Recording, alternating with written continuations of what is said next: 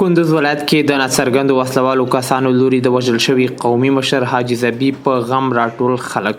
دوی وایي چې د قومي مشر حاجي زبي قاتلین معلوم دي، خو امنیتي بنسټونه د نیولو په برخه کې جدي اقدام نه کوي او قاتلین یې خلاصې تڼۍ ګرځي.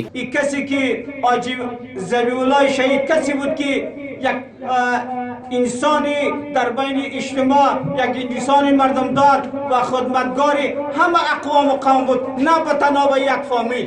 همه روز در ولایت قندوز ناامنی، اختطاف، چور، چپاور عاملش معلوم است که در کجاست. چیزی که قاتلین دیدوست از هر ولایت، دیدوهایی که در ولایت قندوز جمع میشه، آدرسش معلوم است که آدرسش پیش کی است؟ پیش ظالمی که همیشه قندوز به خاک و خون کشونده، عاملی نارامی، عاملی که قندوز چرا آرام نمیشه، عاملش معلوم است که این قاتل جنایتکار و این خیانتکار است.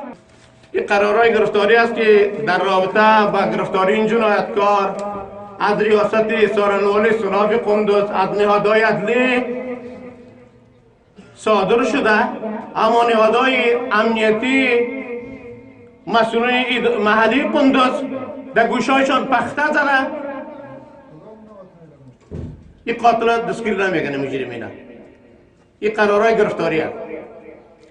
د کندوز قومي مشران وایي چې د دې ولایت د ښار دننه ځنځیري وژنې په رڼا ورځ غلاوې او سړي تښتونه هغه نور موارد دي چې کندوزیان په محلي حکومت لا بې باوره کړي دي.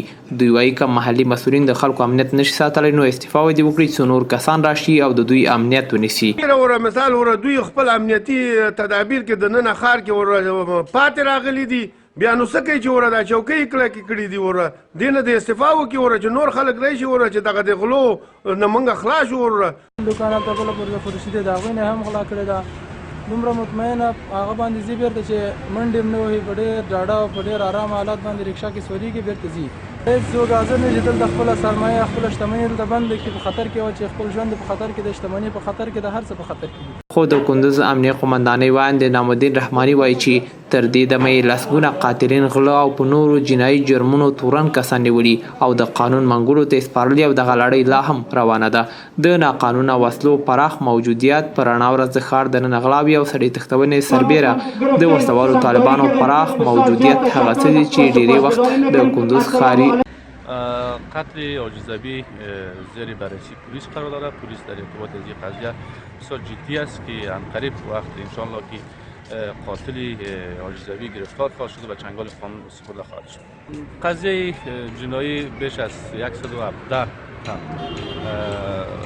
مجرمین مظنون توسط پلیس در طی 4 ماه گرفتار شده و بسیارشان محمول ارگان‌های عدلی قضایی شده و متباقی اشخاص افرادی که مرتکب جرایم میشه تحت پیگرد پلیس قرار دارد. پلیس تلاش‌های خود داره شبانه روز که بتونه کسایی که باعث آزار و اذیت مردم میشه، باعث سرقت‌ها و مسائل دیگه میشه یاران بازداشت میکنن و چنگال قانون. د ناقانونه وسلوالو پراخ موجودیت پر رڼا ورځ د ښار دننه وسلوالې غلاوې او سړي تښتونې سربیره د وسلوالو طالبانو پراخ موجودیت هغه څه دي چې ډېری وخت د کندوز ښار امنیتي سرتیري او نظامي موټرې په نښه کوي او په اسانۍ سره له ښاره په تېښته بریالي کیږي. نورګل اندړوال، میلمه راډیو، کندوز.